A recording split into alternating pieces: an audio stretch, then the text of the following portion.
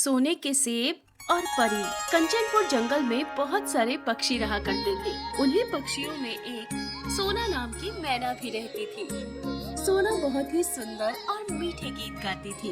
एक बार की बात है, सोना चिड़िया भोजन की तलाश में भटक रही थी। भोजन तलाशते तलाशते वो बहुत दूर पहाड़ी क्षेत्र में आ गई थी। तभी उसकी नजर सामने एक बड़े से सेब के पेड़ पर पड़ती है।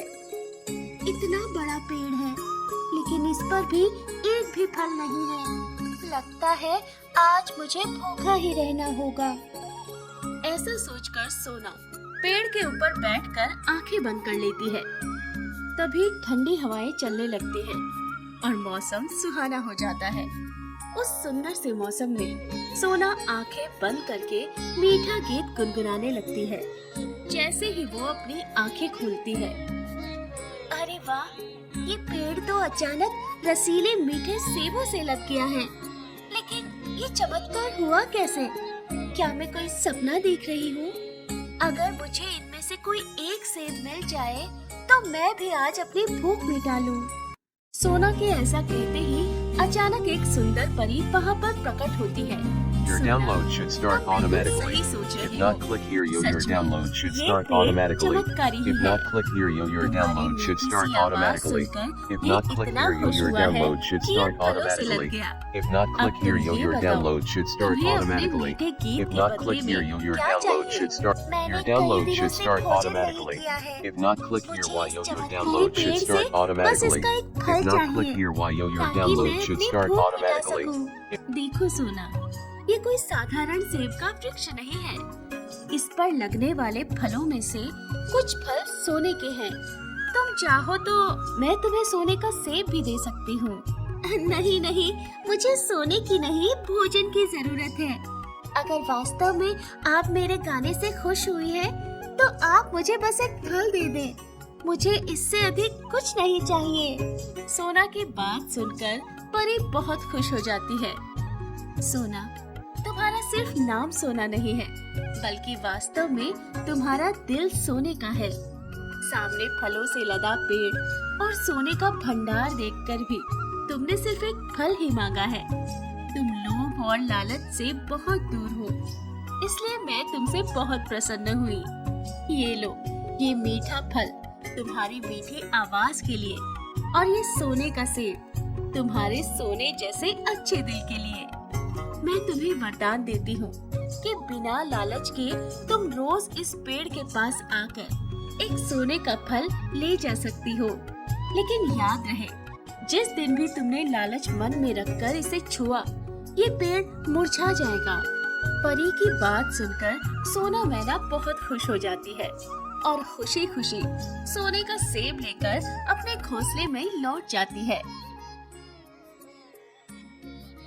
सोना रोज सेब के पेड़ पर बैठकर गाना गाती और फिर मीठा मीठा सेब खाने के बाद एक सोने का सेब अपनी चोंच में दबाकर वापस घोंसले में लौट जाती। एक दिन मैना सोने का सेब लेकर जा रही होती है। तभी राजा के सिपाही उसे देख लेते हैं। ए चिड़िया, ये क्या चमकने वाली वस्तु दबा रखी है तूने अपनी चोंच में? कुछ भी तो नहीं, ये तो बस ऐसे ही। सच सच बता, नहीं तो अभी तुझे राजमहल में महाराज के सामने लेकर जाते हैं। ये सोने का सेब है। क्या कहा?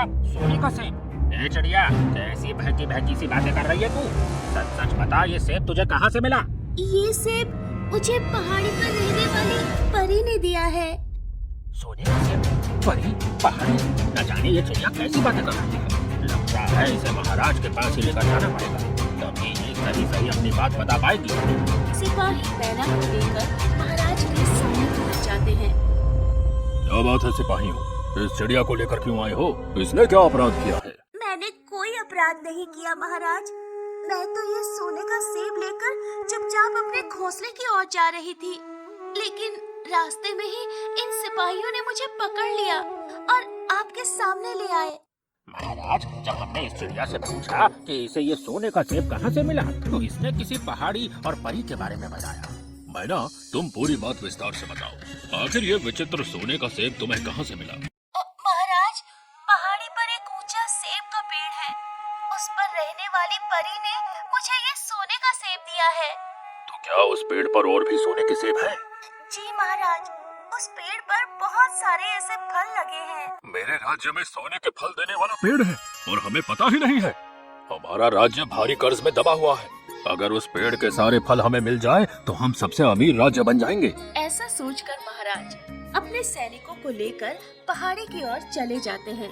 पेड़ को देखकर महाराज हैरान हो जाते हैं। अरे ये पेड़ तो पूरा का पूरा सुनहरे फलों से लदा हुआ है। सिपाहियों, जल्दी से इस पेड़ के सारे फल तोड़ लो और उन्हें महल लेकर चलो। इनकी सही जगह ये पेड़ नहीं, हमारा खजाना है। राजा की बात सुनकर सिपाही पेड़ पर लगे सारे सोने के फल तोड़ लेते हैं और उन्हें लेकर शाही खजाने में जमा करा देते हैं। अगले ही दिन राजा पड़ोसी राज्य को कर्ज वापसी की सूचना पहुंचा देता है और एक चिट्ठी लिखकर 2 दिन बाद पड़ोसी राज्य के राजा को भोजन पर आमंत्रित करता है। आपके संदेश को पढ़कर मैं तुरंत ही आपसे मिलने चला आया, किंतु आपका राज्य तो भारी घाटे में था। अचानक कर्ज वापसी कैसे? देखिए मित्र, ये तो हमारी दूरदर्शिता और नियंत्रण का प्रभाव है। आप नहीं समझेंगे। आप बस अपना कर्ज वापस ले लीजिए। ये मुद्रा कैसे और कहां से आई, ये जानना आपके लिए अनिवार्य नहीं है। महाराज के घमंड से भरे बोल सुनकर पड़ोसी राजा को क्रोध आ जाता है और वो भोजन त्याग कर उठ खड़े होते हैं। आप अभी इसी क्षण हमारा धन लौटा दीजिए, हम अपने राज्य की ओर प्रस्थान करेंगे। इतना सुनकर महाराज अपने मंत्री को खजाने से सुनहरे सेब लेने के लिए भेजते हैं। कुछ देर बाद मंत्री घबराए हुए वापस आते हैं। गजब हो गया महाराज, खजाने में रखे हुए सारे सेब साधारण सेब की तरह सड़ गए हैं और उनमें से बदबू आ रही है। ये कैसा मजाक है महामंत्री, ऐसा कैसे हो सकता है?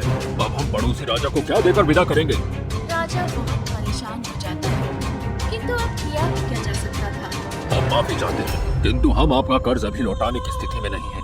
अपने दरबार में बुलाकर अपमानित करने का ये आपका एक प्रपंच मात्र था। हम खूब समझते हैं, अब आपको इसका परिणाम भुगतना होगा। इतना कहकर पड़ोसी राजा वहाँ से पैर पटकता हुआ लौट जाता है। सिपाहियों, तुरंत उस सेब के पेड़ पर चलो, हम स्वयं देखना चाहते हैं कि आखिर माजरा क्या है। महाराज सिपाहियों को लेकर फिर से उस सेब के पेड़ के पास पहुँच जाते हैं। महाराज, इस पेड़ पर तो अब एक भी सेब नहीं लगा हुआ है और ये तो मुरझा गया है। लगता है जैसे इस पर कभी फल लगे ही नहीं थे। सेब के पेड़ की ऐसी हालत देखकर महाराज क्रोधित हो जाते हैं। तुरंत उस चिड़िया को पकड़कर हमारे सामने लाओ।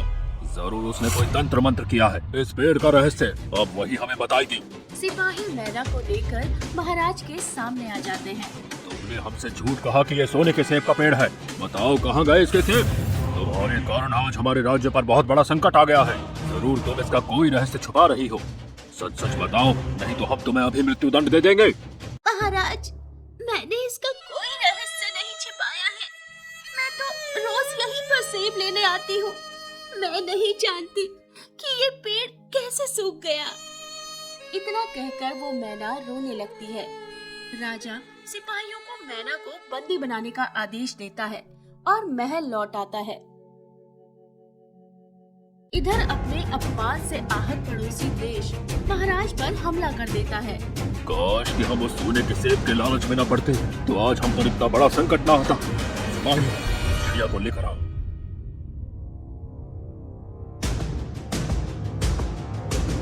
अब हमारे सब्र का बांध टूट गया है। दरबार से झूठ बोलने के जुर्म में हम तुम्हें फांसी की सजा सुनाते हैं। महाराज की बात सुनकर मैना रोने लगती है। तभी एक परी वहाँ पर प्रकट हो जाती है। इस मैना को मृत्यु दंड देकर तुमने सही नहीं किया राजन। वो पेड़ इस मैना के कारण नहीं, तुम्हारे लोभ के कारण सूखा है। परी लोग को ये वरदान है कि लालच से स्पर्श करने पर हमारा जादू खत्म हो जाता है। ये मैना बिना लालच किए बस एक सेब तोड़ती थी, इसलिए वो पेड़ हरा भरा था, किंतु तुमने पूरा पेड़ खाली कर दिया, इसलिए मेरा जादू समाप्त हो गया और ये सेब साधारण सेब बन गए। मुझे माफ कर दो, मुझे अपनी भूल का एहसास हो गया है। मैं अब कभी भी लालच नहीं करूंगा, किंतु मेरी इस भूल के कारण आज मेरा राज्य खतरे में है। मैं इस मुसीबत से कैसे अपने राज्य को निकालूं? ठीक है राजन, मैं तुम्हें वरदान देती हूँ कि तुम्हारे सारे सेब फिर से सोने के बन जाए, ताकि तुम अपने राज्य की रक्षा कर सको। परी का वरदान पाकर महाराज की समस्या सुलझ जाती है और वे अपना कर्ज लौटाकर युद्ध को रोक लेते हैं।